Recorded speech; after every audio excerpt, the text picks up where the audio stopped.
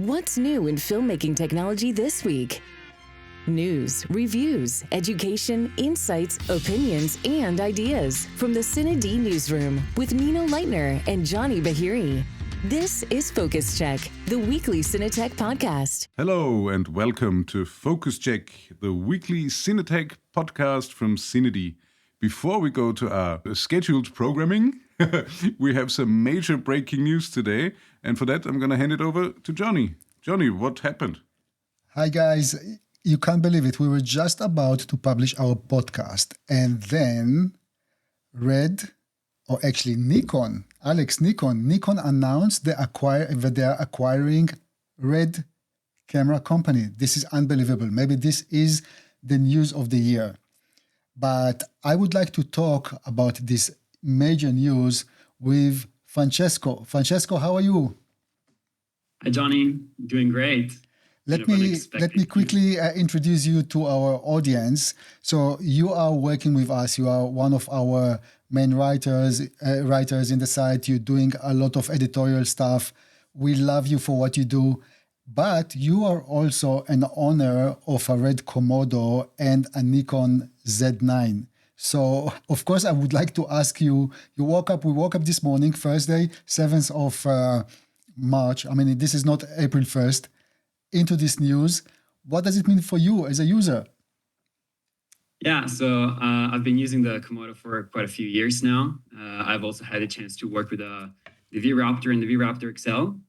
And I'm lucky enough that my dad is into wildlife photography and sports photography. And so he owns a Nikon Z9. So I've used both systems over the last few years. And of course, this is comes completely out of the blue. And of course, this raises many questions on what the future of Red Digital Cinema will be.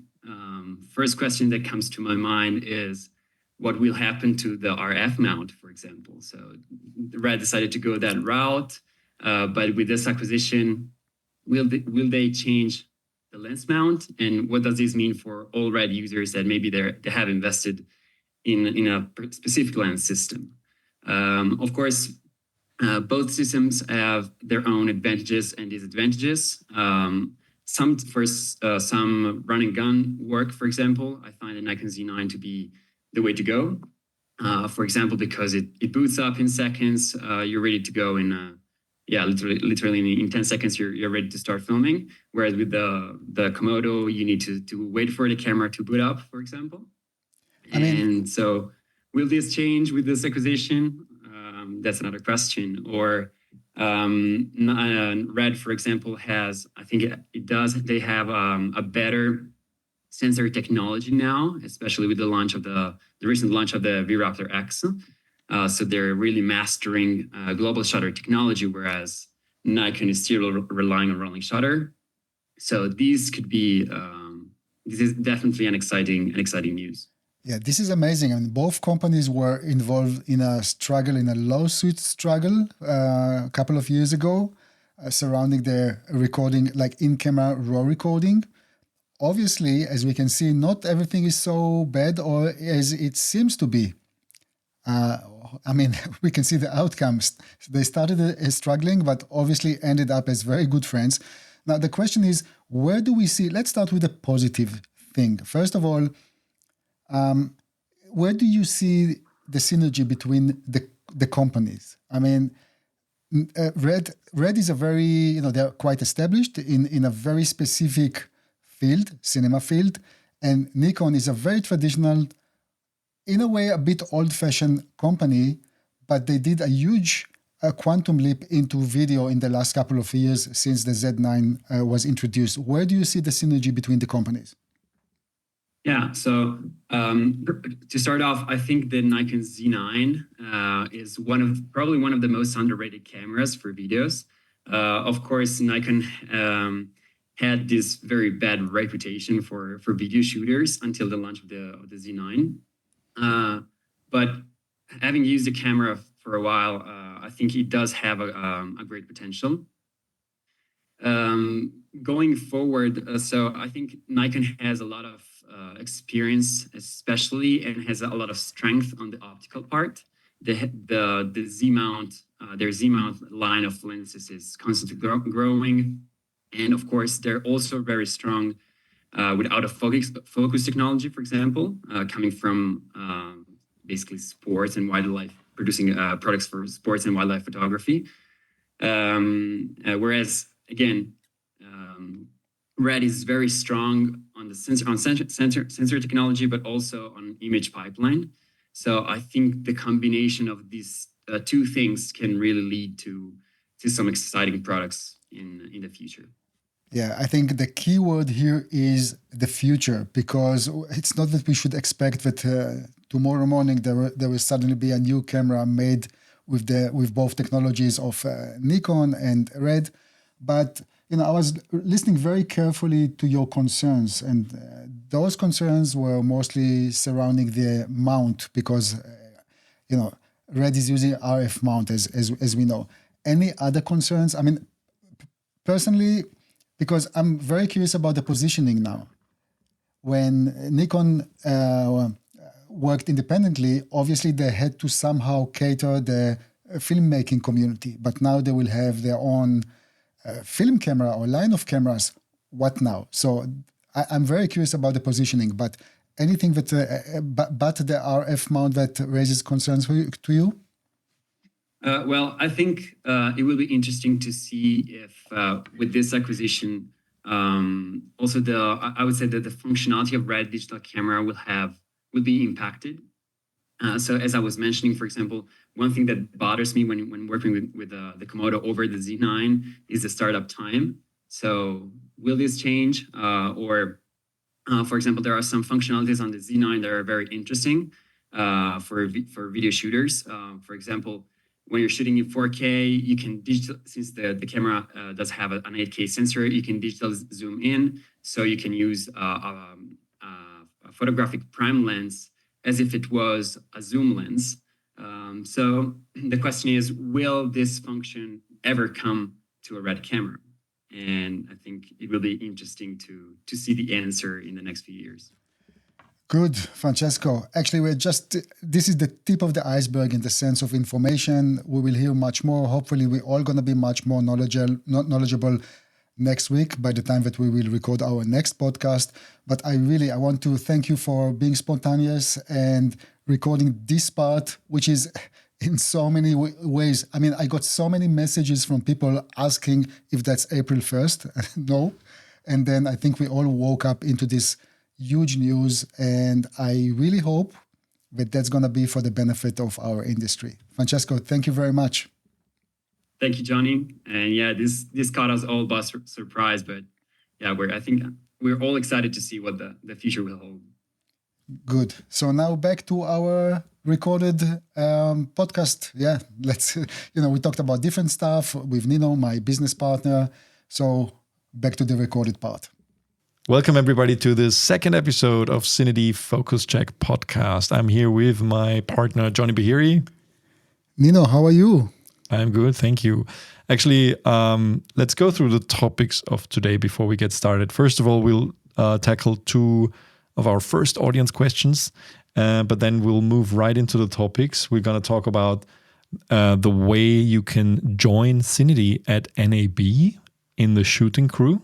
So this is brand new news. So there is a way for you to join us while we are working in Las Vegas, but more on that in a second. We're going to talk about the latest Sony Alpha 9 Mark III lab test, which brought amazing results, actually, kind of unexpected. We're going to talk about a cinema fan and learn what that is. I'm very curious about that. We're talking about a firmware update strategy from Nikon, and also touch a little bit in general on the fact that what is, do people want paid firmware updates? Do people expect firmware updates that add new functions to camera? Or are you happy with the functions you get when you buy a camera? That's a huge topic, actually, and it's becoming more and more relevant these days.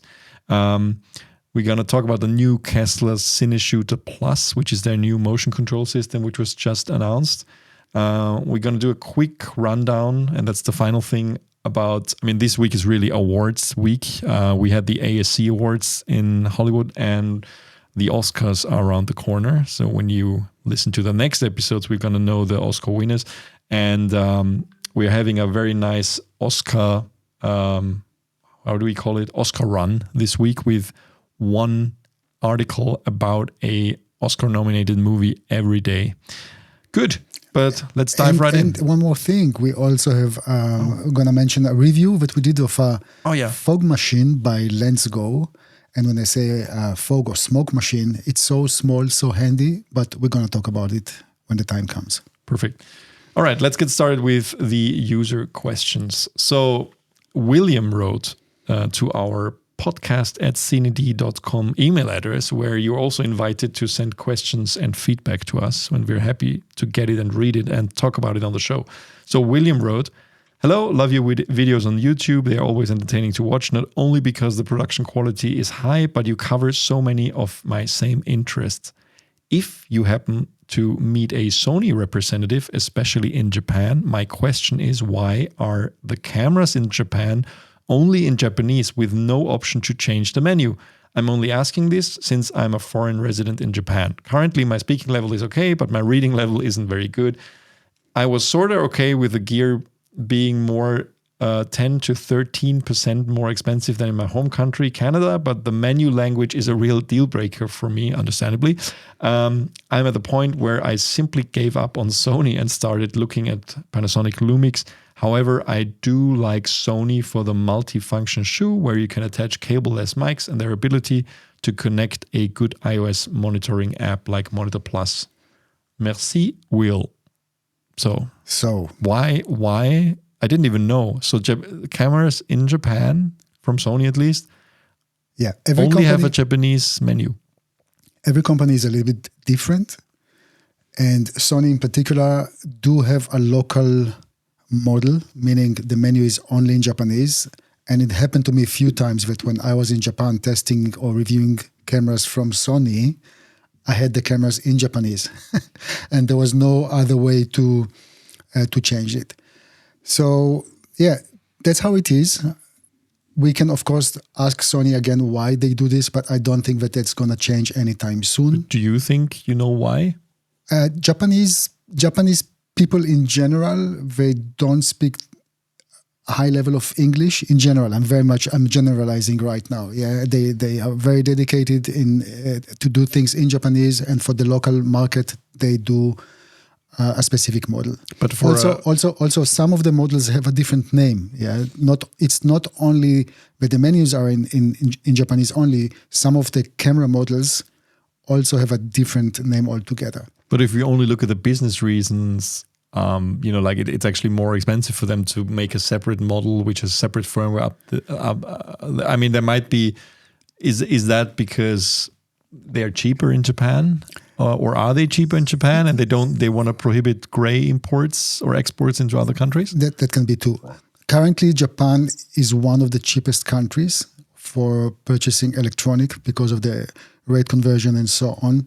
It's really amazing. Yeah, it's really worth buying stuff in Japan. So it can be that they're trying to limit gray market, for example, but you know what? There's maybe another reason. That's only my speculation. I know it sounds really crazy. So many people are asking to change camera menu or structure, whatever. This is one of the most difficult things to do, is actually tackling the camera menu. And it can be, but that's how it started many years ago. And right now, to integrate the Japanese language or make one universal menu, maybe it's very costly or very time consuming for the manufacturer. So they simply don't do this, but that's my speculation. Okay, well, we can ask them. Let's see. We will for sure. Let's see what they say. Next question is from Patrick, who we know well, actually. We worked with him in the past. Hey, Nino, just wanted to add about Adobe Premiere versus Final Cut, because we talked about our poll of last week about which NLE people are preferring. And he explains, Patrick explains, the main difference is Final Cut always transcodes videos into ProRes, which is a fast editing codec, but it needs a lot of space and you can use older Macs to edit because of this. With Premiere, you don't need this because it plays the codecs directly if you have capable hardware. So it's a different approach. With Premiere, you must think more about how your editing system and hardware will be, but end up with a vastly more functional ecosystem with all the Adobe software. With Final Cut, you don't have to think, just edit, but you need much more space, resources on your editing system with the caveat of a lot less functionality. That's just a very simple view on these two systems, which of course is much more complex. Okay, that's a very good point that Patrick brings up here. I didn't honestly think about that, but he's right. I mean, of course, the fact that Final Cut transcodes in the background everything into ProRes makes it more responsive on older computers because ProRes just simply needs less hardware resources.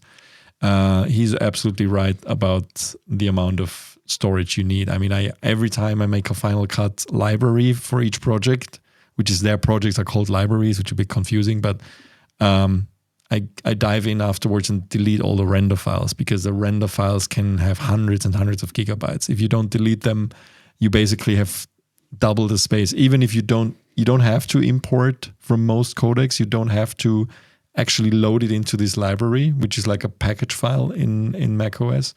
You can only refer to the external files, but it will still have to render it and convert it into ProRes. And then that makes these huge render files. So I agree. I mean, that's a different approach, yes. But it's also, I like it because I know what I'm getting. There's no surprises. Whatever I throw at it, I can be sure that I can edit it in the same way, which is something that I like. I mean, I guess it's not as relevant anymore with the M generation of Macs because they're capable enough to, like natively edit most of those codecs, I'm sure also in Premiere. But, that's another reason actually to recommend Final Cut to people who using older hardware. But it's a good thing to point out, of course. All right, let's dive into our topics of this week. Well, something which is brand new, and when you see this, you might already have the article on CineD.com, and if it's not there yet, it will be very soon. Hello, don't go looking for the article yet. It will be online on Monday. But there is a way for we are inviting our audience to join us to cover NAB in Las Vegas in April. As you know, we go to, I think you and me have to been to every or almost every, I think you skipped only once when your son Ben was born because his birthday is in April, right? That's right. Wife and son, both of them in April. You missed so many birthdays. That's crazy. Yeah, but at least you didn't miss the actual day of the birth. That's right. But other than that, we've been to every single NAB since I think 2008 or 2009 or even more, which is crazy. And people know CineD very often that we cover the shows. Like we try to find all the interesting products. We do a lot of interviews about products there.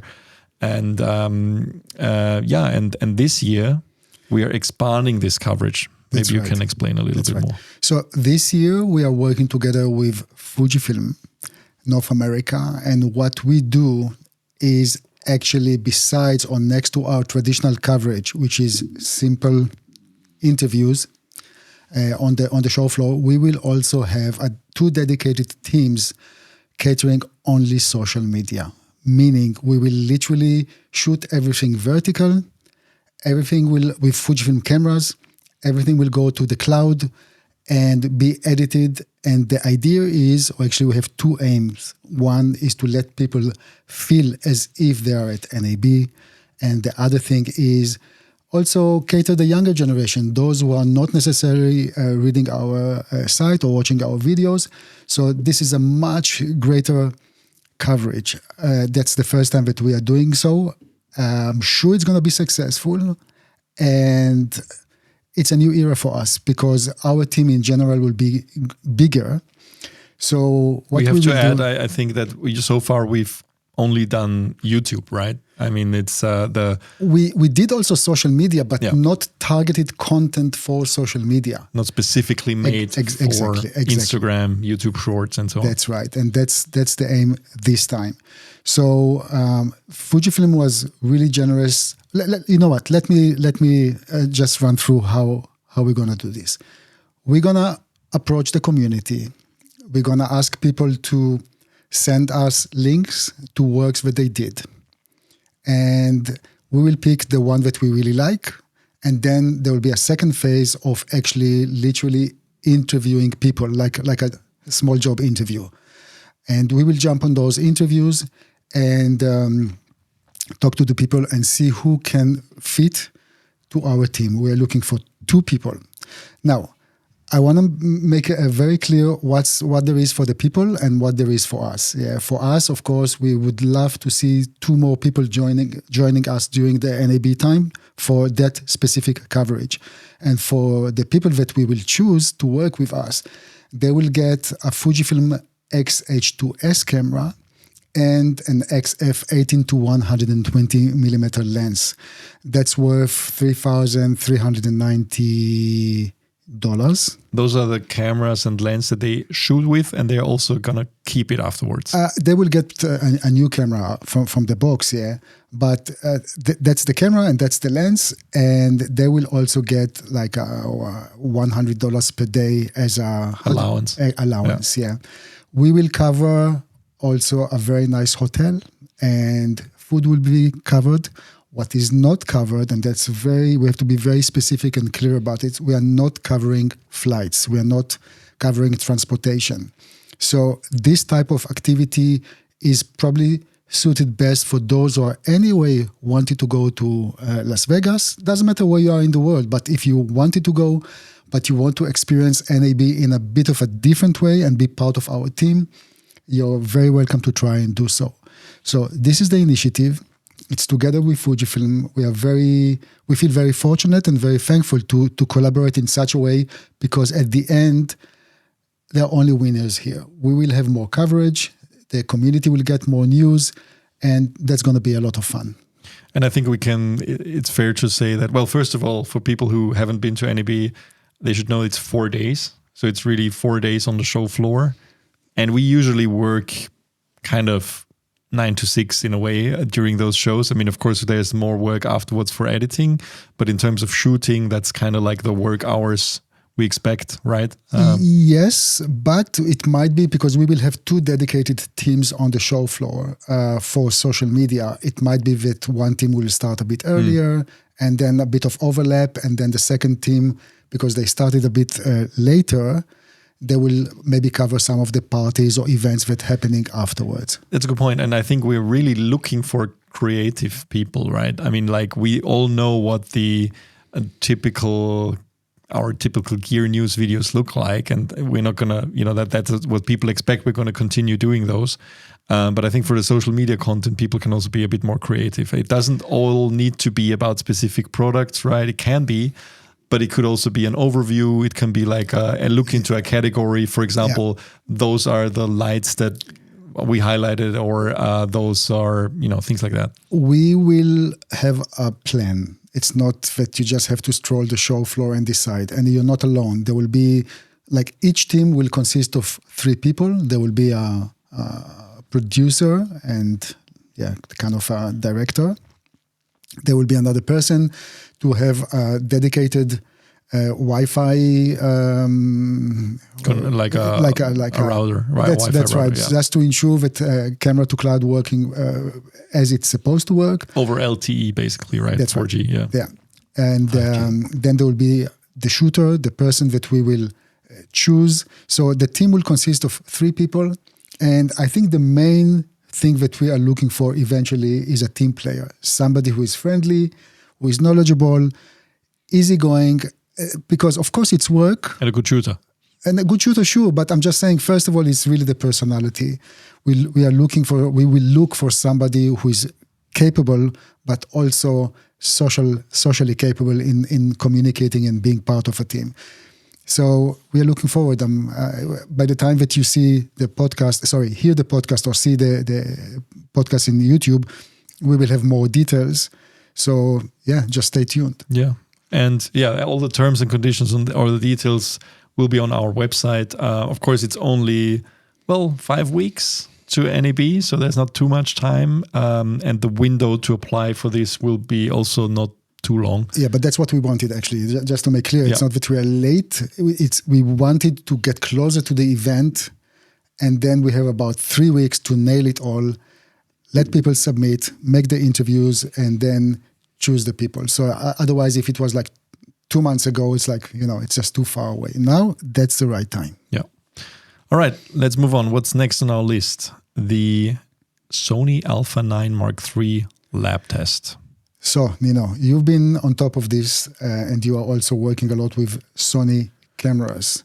So first of all, for people who were a bit sleeping or were not here, why the Alpha 9 III is so unique?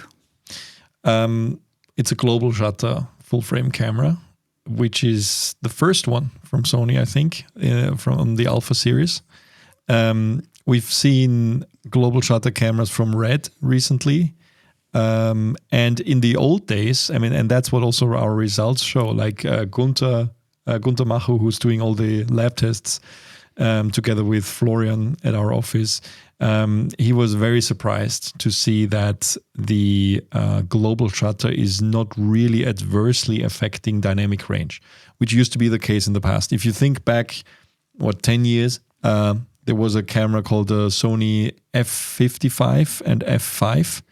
And the only difference between those cameras was it was like in the level of FS7, FX9 kind of style even form more, factor. But even more, like it was a bit. It was more expensive at the time, yeah. But I think it, it kind of was replaced by those cameras.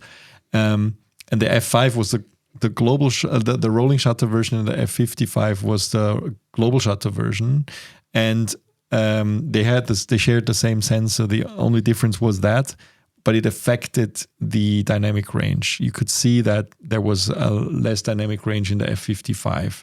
But you had a global shutter, which of course has huge benefits. You don't have problems with strobe lights, with fast movement.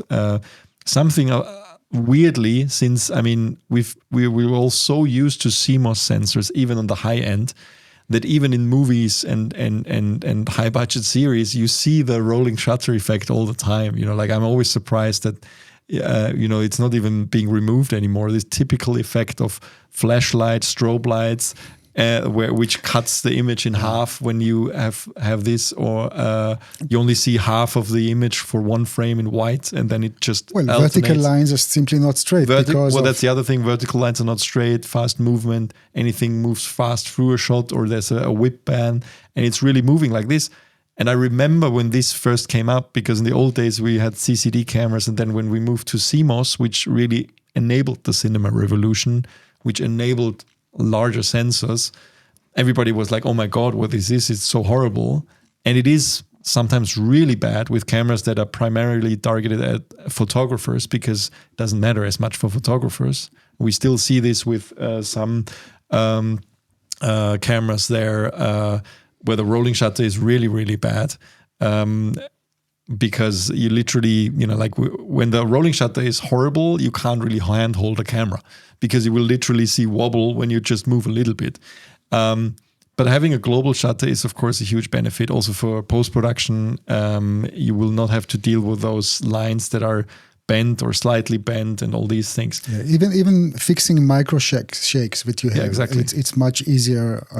For warp stabilizer, for example. That's right. Try applying a warp stabilizer to something that has rolling shutter, and you will see this typical weird movement kind of thing, and you can't really stabilize it. So we tested this, and how is the result? The result is amazing. Of course, global shutter, there's 0 milliseconds of rolling shutter, obviously. But what surprised us was the fact that the dynamic range is also really good.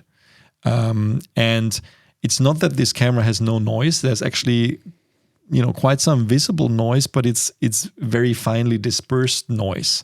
And it's a noise that can be easily get rid of with noise reduction. There are a lot of Sony Alpha cameras that have built-in noise reduction that you cannot switch off, which is the case for many, many cameras, especially on the lower end. But of course, basically, when a camera manufacturer applies more noise reduction in camera, it can fool the EMA test result to a degree, because then it would appear that this camera has a higher dynamic range than it actually has. A good example for this is the iPhone. The iPhone 15 Pro has actually a very good EMA test result, but as soon as we run our latitude exposure test, you will see the Then you can see. problems. You will see the amount of noise reduction that is actually applied to make it look like that. And that's exactly why we do this latitude test. And even in the latitude test, the Alpha 9 III performs remarkably well.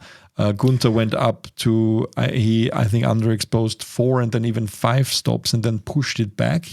And with some noise reduction applied, the image was still usable. So you have a latitude that is amazing. That's only rivaled by the high-end Red and Alexa cameras now. And that's something we haven't seen yet in any Alpha camera. So it's even better result than the A1, because only the Alpha 1 had a latitude of, I think, -4 stops that was still usable. Now you can go down even -5 stops. And of course, we always talk about video images. That's the I'm a video bit surprised in general because Sony originally pushed that camera as a photo camera first.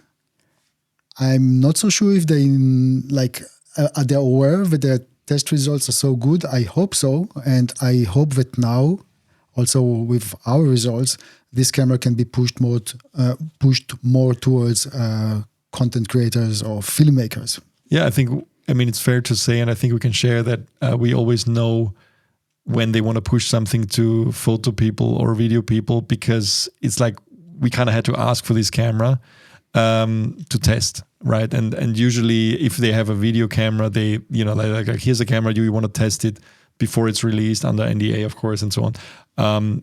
But in this case, we had to ask for it after it was released, and we didn't. That's why we also didn't expect great results, because sometimes it means, okay, they also say it's targeted mainly at photographers, so maybe the results won't be that great for video, but it's not the case. So we can only speculate. I mean, we hope that this sensor will end up in a cinema camera or in a video-oriented Alpha camera, but this is a video-oriented FX line. That's what I hope. That's for sure. I mean, that's not for sure because we don't know. I'm just saying. I hope because now when you have the sensor, sure it makes sense. I mean, yeah. So and it is a dedicated Sony sensor, meaning they don't, for now, as far as we know, no other manufacturers are able to use that specific sensor.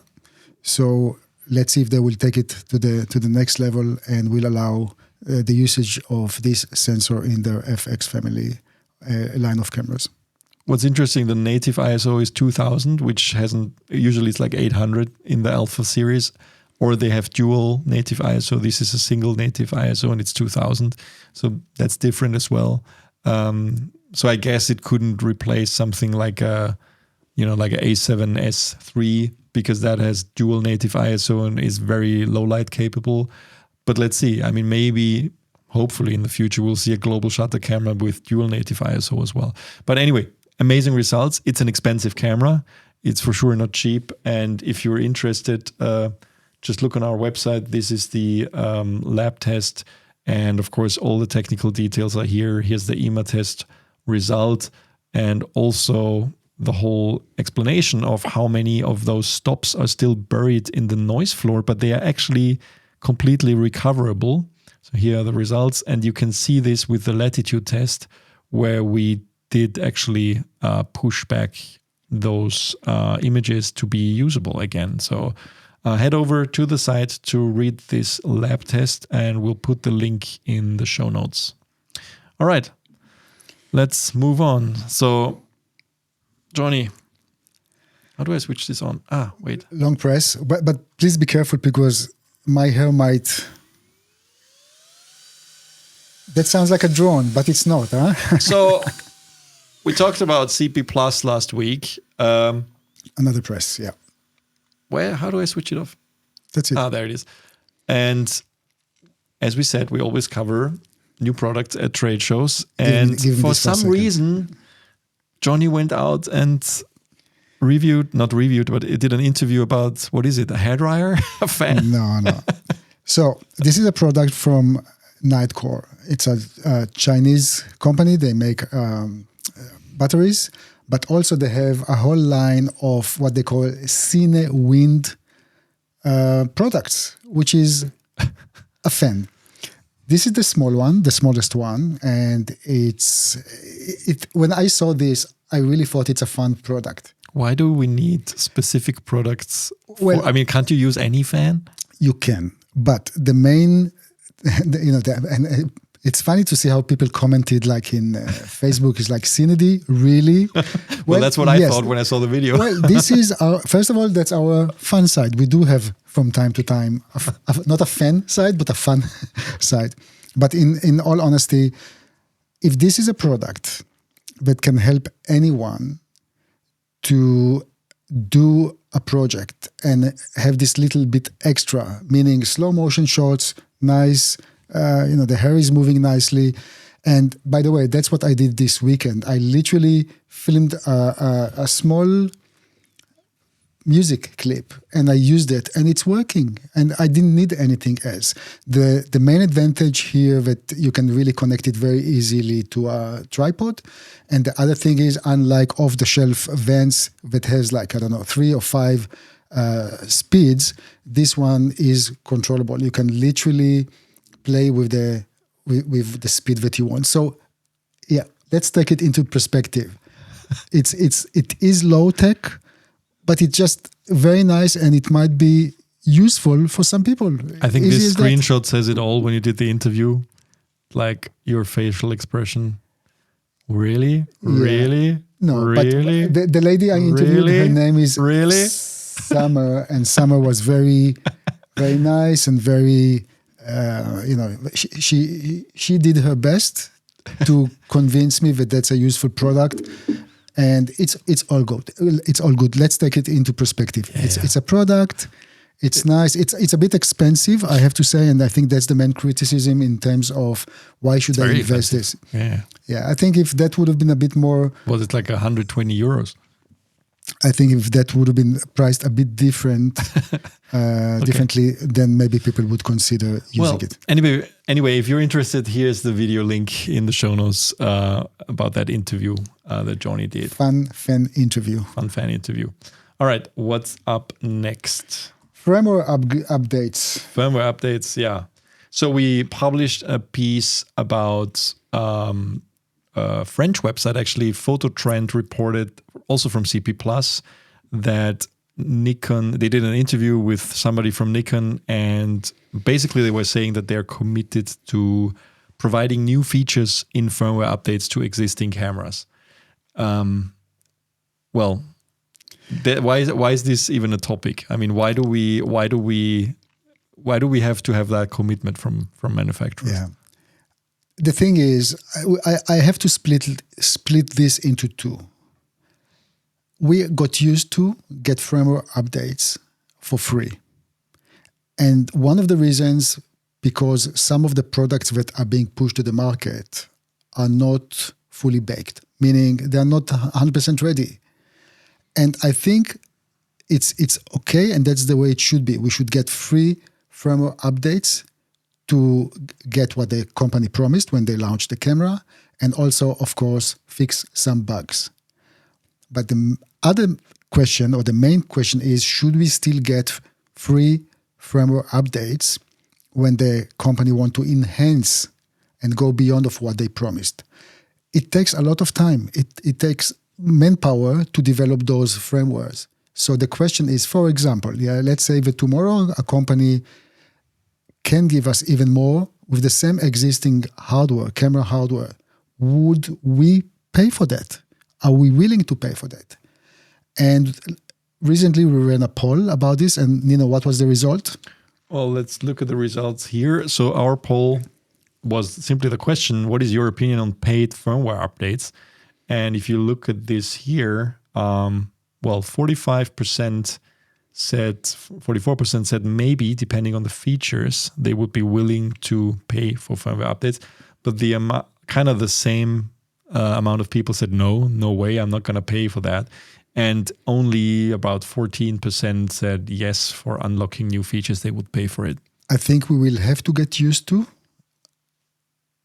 that companies will start to charge for firmware updates that can unlock features that they did not promise when the camera was launched. And I think one good example is actually Sony.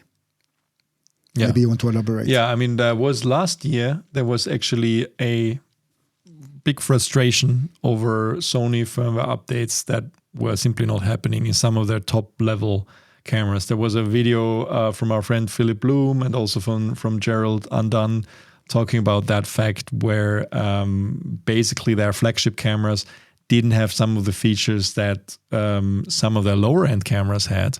I think it was the A7 S3, the A7 S3, for example. A7 S3, but even the A7 IV, I think, had some features that even their high-end A1 didn't have. Philip is a big cat guy, so he was filming his cats and noticed that there is no real human / animal detection on some of their higher end cameras, which is of course a big deal for wildlife filmmakers when you can't get, spot on autofocus on animals with even the high end cameras sometimes. And that's, it's frustrating. Of course, it's difficult for a manufacturer, I understand, because when you have so many models, as many models as Sony has, to maintain the whole thing.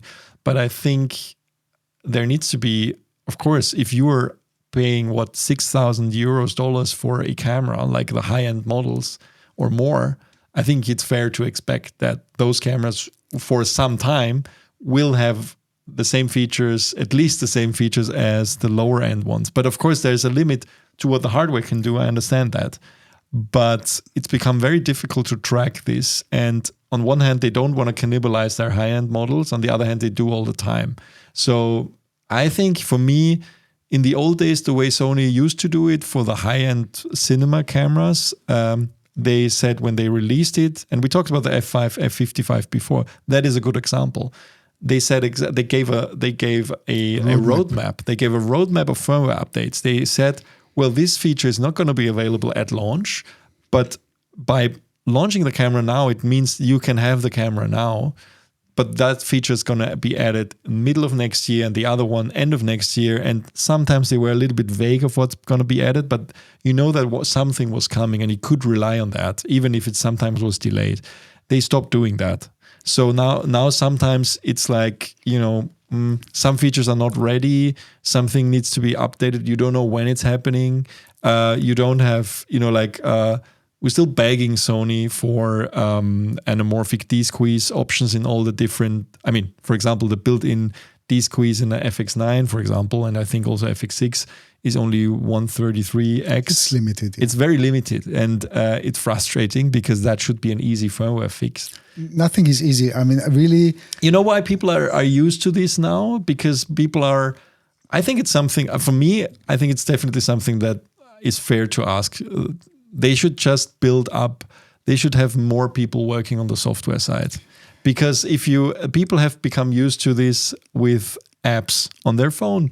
You get more features, and even if you pay for them, that's not a problem, but you need to know what to expect. That's the thing. The roadmap. You have a roadmap, and then you say, well, actually, we're going to charge for this, and we're going to charge for this middle of next year when it's available. What frustrates people is something like this, when they suddenly say, well, Sony charges $149 to get custom grid lines on Alpha cameras. That's a ripoff. That's fair to say that that's a ripoff, in my opinion. And I think you can see in the comments that people also thought that way.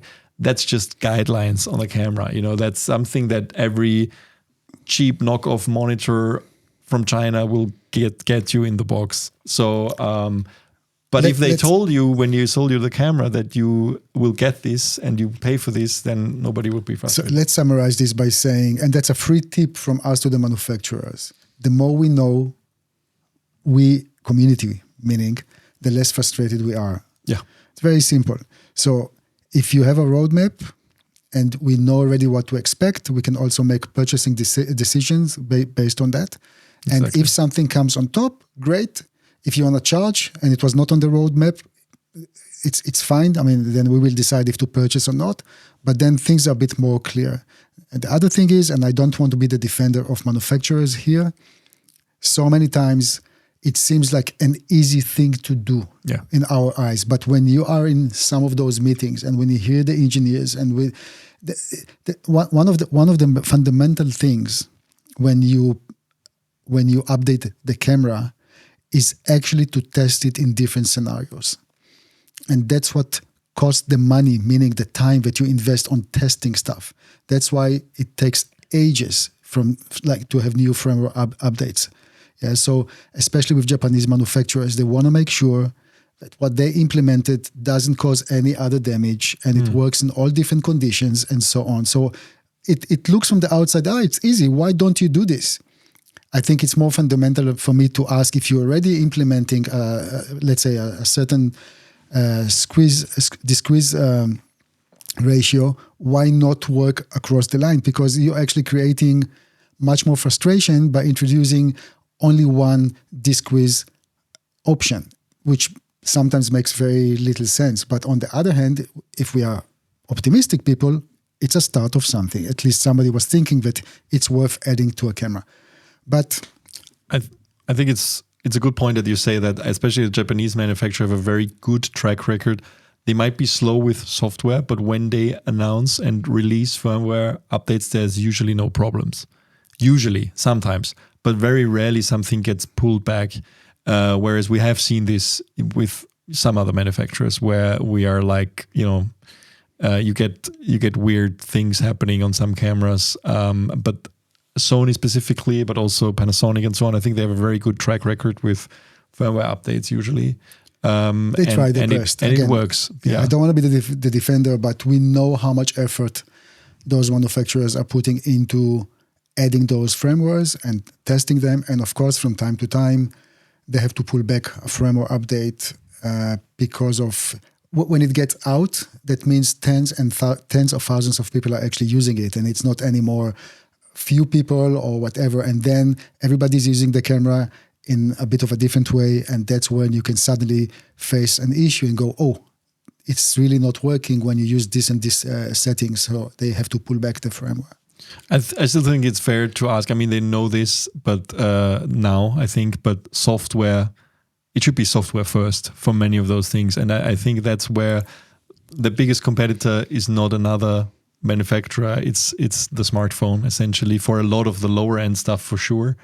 And we know that, that thing is 90% software. And I think if they wouldn't have bigger teams do more software, I think those problems would not exist, in my opinion. Yeah, but I think maybe in the camera, if you look at cameras in general, if you look at Blackmagic cameras, and when you look at Japanese manufacturers' cameras, they're built completely different. That's why for Blackmagic design, for example, it's much easier to do a different type of menu or release certain updates. Yeah. Japanese cameras are hardware first and software after. And we have to accept it, at least for now, and unless there will be a really fundamental change in the philosophy, attitude, workflow, whatever we can name it, yeah? And maybe the market power might change this in the future, but for now, those are hardware machines first, and everything on top is to accommodate the hardware, software-wise. All right. Let's move on. We had a video review released this week of a little fog machine. So another unusual product after this interview. You reviewed the Lens Smoke S mini fog machine. Now, fog machines... Lensgo, sorry. Lensgo Smoke S mini fog machine. So when I think of fog machine, the first thing I think about are these things on stages that you have, mains power, and then, I use them on shoots quite a lot in the past for music videos and stuff, and just to get some atmosphere. But I always found it quite hard to control the amount of smoke you get out of those. And it would easily, in a small room, it would easily be too much or too little. And then to get consistency out of this. So it's not an everyday kind of thing. So what's different with this one? Yeah. First of all, I think Chinese companies are really great in identifying a niche or trend and then try to cater this. And one of we saw, first it was light, everybody made light. And then audio devices, many companies that did light moved to do also audio devices. And so on. The next trend is those smoke machines. And Lensgo has a family of fog machines already. And, this is so small. You hold it in your hand and you literally can do a lot within a limited space. And sometimes that's what you need. You don't need to do something for the whole studio or for a big room. You need something in a specific frame. And I think they sell those for $69. They have first of all, it's an Indiegogo campaign. Yeah. But the company has a good track record of delivering their previous smoke machines. So I think they have 300 units for $69. And when you think about the cost of it and what it gives, I think it's a very nice add-on to some of your productions. And again, I used the fog machine in this music video that I did in the weekend. It was simply fun. I mean, here's another free tip. We're not going to do this, but I'll give you an example. My son did a project in school, and he had to do a volcano, volcano. So me, as being a smart ass, I brought this exact fog machine or smoke machine. We did a little hole at the bottom, and here you go. The volcano was now showing smoke. So did he win the school contest? He did. But I think what is more important when you look about different initiatives, if the smoke is really, it's not healthy for sure. It's not, let's say differently. It's all certified and you can use it. Yeah. You know what the liquid is made of? I don't know what it's made of. And you have to buy it from them, or can you make it yourself? I saw on Amazon different vendors who are selling this, okay. but so it's I guess a standard. But I guess it's like printers, where the machine itself is cheap, but maybe the oil is a bit more expensive. You have to look into this, what you can get. But in general, there is no toy like this in the market. Something that kids can literally play with safely. Yeah, just have to make sure that this smoke is safe. And another thing is, of course, not to operate it next to smoke detectors, because I tell you... We noticed it in here, right? That's right. I was sitting over in the office and suddenly heard the alarm. Now I know why. That was part of the review. Obviously, the detectors are working, but you have to be aware when you operate this. Doesn't matter if it's at home, helping your son in his school project or on a set, just to make sure that the fire detectors are not close to it. All but right. it's a nice product, very handy, capable. If you align expectations, this is not for very big stages. Yeah, so that review is now on our site. We'll put the link in the show notes below. You also made a nice burger, I see. Wow. Well, actually, in this specific review, Jose from our team helped me. You know that I'm vegan. Jose is not, and obviously, because since he helped me with the B-roll images, he took a hamburger. Yeah, okay, good. So that link is in the show notes. Just make sure to watch it. It's a really nice small device, and it's something that can just live in your camera bag, right? So easy to use. It's amazing. Yeah, great. Good. Let's move on to the last topic of the day. Actually, that's award season. So, we have something first before. What is it? Kessler CineShooter Plus. Yeah. So Kessler just announced the new CineShooter Plus, and you have a lot of experience with working with their products. Yeah, in the old days, a few years ago, I still used a lot the what is it called, the second shooter, which is their remote, like a small remote head that you can program, and it's quite nice. I always use that as a B camera angle for interviews. So you could just program keyframes in that and have a start frame and an end keyframe, and then it would just calculate everything in between. And it's a pan, tilt, move head. And for me, I'm not really that much of a time-lapse shooter. For me, this was always enough, and it was quiet enough for interviews. Not always, but in most cases, it depends on the environment. But I love this product, and their stuff is built like a tank. That's what I always liked, like whereas some other manufacturers that do motion control stuff, which is not that expensive, from some others, I'm not naming names, it falls apart. But the Kessler stuff that's years old is still working, which is great. But for the a couple of years ago, I think during COVID, they released the original CineShooter. Now, this is really targeted at time-lapse shooters, and it's a remote head, essentially.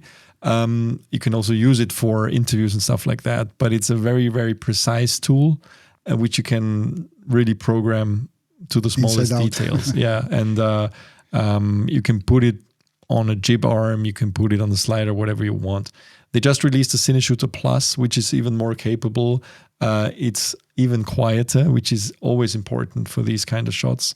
It's lighter and it can be controlled in different ways. So now we have an article up, which is just about the announcement. We haven't tested it. It's really a news report, and this is what it looks like. It's very small. It has screens now that are more easily readable in daylight, which is important. Something that was not always easy with some of their older products, but this one is very, very visible outdoors. And it's small, like it's a really small remote head, which if you think about it, sometimes those traditional remote heads were enormous because they were made for really big cameras, and they really went with the times here and made it small. And I think what's most interesting to a lot of people who now more and more people work in virtual production, this thing has a direct connection to Unreal Engine. So you don't actually need to set tracker points anymore because it feeds its movement directly into Unreal Engine. So you can get the perfect shot. I think they have it here in their video. I saw that. Where is it? Here somewhere. Yeah, trackerless integration. So if you have movements like this, you can already see, that feeds directly into Unreal, which is great. They just released this. The price is kind of amazing if you think about the old days, what motion control equipment costs. I think both versions, they have a macro version, which is a little bit less quiet because it doesn't really matter for macro shots if there's more noise, and the normal version, and they're both, I think, around $3,200, which is crazy in the old days. In comparison to what used to be the case, and that's out there now. Yep. Good. And the last topic of today, the awards. The ASC Awards and the Oscars, which is coming up. Exactly. So the ASC actually just had their awards last weekend, and we saw one of the front runners, Heute van Hoytema, the DP of Oppenheimer, got the main feature film award. There's a lot of other winners, of course. You can head over to CineD to read all about that. I think it's fair to mention, for people who don't know, we on MZ, we're one of maybe the only or one of the few partners that the ASC actually works with in terms of their content. So MZ has a lot of ASC content on the website. We actually have 3 different courses, if you want to call them courses. One is the ASC Clubhouse Conversations, which is their series of talks with esteemed cinematographers. And right now, I think we have 160 hours of those conversations on MZ. That's the only place where you can find them all. The latest ones are for free. So if you have a free MZ account, like a normal login, you can watch the latest 20 ones or so for free. And for the older ones, you can watch them with an MZ Pro subscription. And there are conversations with, like a lot of the Oscar cinematographers, Oscar-nominated cinematographers from this year, including Heute from Hoytema, where he's actually talking about,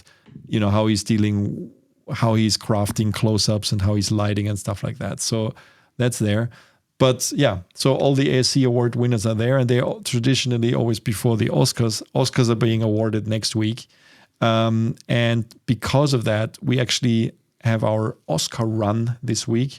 We are publishing 5 articles every weekday this week about Oscar-nominated movies. And Masha Dekova, who is our, I would say, MZ writer and also film buff, she dove right into that topic. We did a one about the emotional close-ups of Oppenheimer. That is the conversation with Heute from Hoytema. If you saw Oppenheimer, you know how special that movie is, and this is dealing with that and how the close-up is actually, what one of the things that makes this movie special. The next one we published is about Poor Things, a very bizarre movie that is one of the Oscar frontrunners as well, and looks behind the scenes of that movie. A lot of analysis going on there. Beautiful, beautiful visuals. Can only recommend people to see this if you're interested in cinematography. This is definitely one of the movies to watch this year. Then we have Satire with Fangs, exploring the unique black and white world of El Conde from Ed Lackman ASC, which is on Netflix. So if you have a Netflix account, you can watch that. Black and white movie, also talks about behind the scenes and how it was made.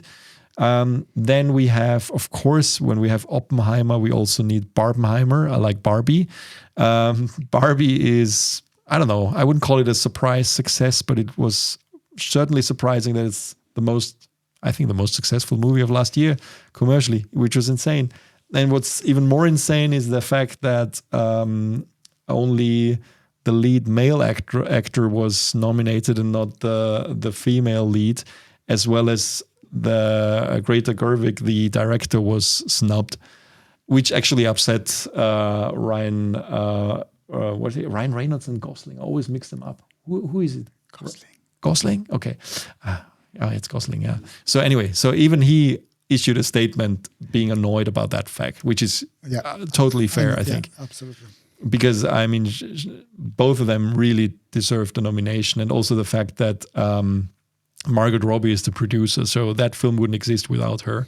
And she hired Greta Gerwig, and they worked on this together. And if you look at the behind the scenes and how this whole thing was made and how you can make a very deep movie about something as superficial as Barbie, and make it a like an ode to feminism is amazing to me. And that's, I really recommend watching that movie as well. And last but not least, we have a article about the quiet frames of Perfect Days, depicting beauty in the mundane. Perfect Days is also one of the Oscar-nominated films. So that will make you ready to watch the Oscars Sunday night. And I think that's it from us this week. Yeah, I think it was really great talking again. Yes, let's talk again next week. Thank you, Johnny. Thank you, Nino. And thanks, everybody, for listening and watching. You can listen to this podcast on Spotify, Apple Podcasts, and basically everywhere you can get podcasts. And you can watch the video version on our YouTube channel. And see you or hear you next week. Bye, guys.